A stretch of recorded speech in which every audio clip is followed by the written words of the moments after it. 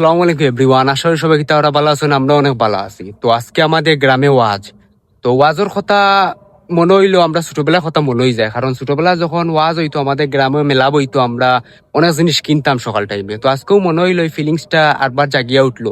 তো ভাবলাম যে সবরে দেখাই কিলা মেলা বয় এবং ওয়াজর মেলা কিলা দেখতে। আপনার অবশ্যই ভিডিও শেষ পর্যন্ত থাকবা। Let's go.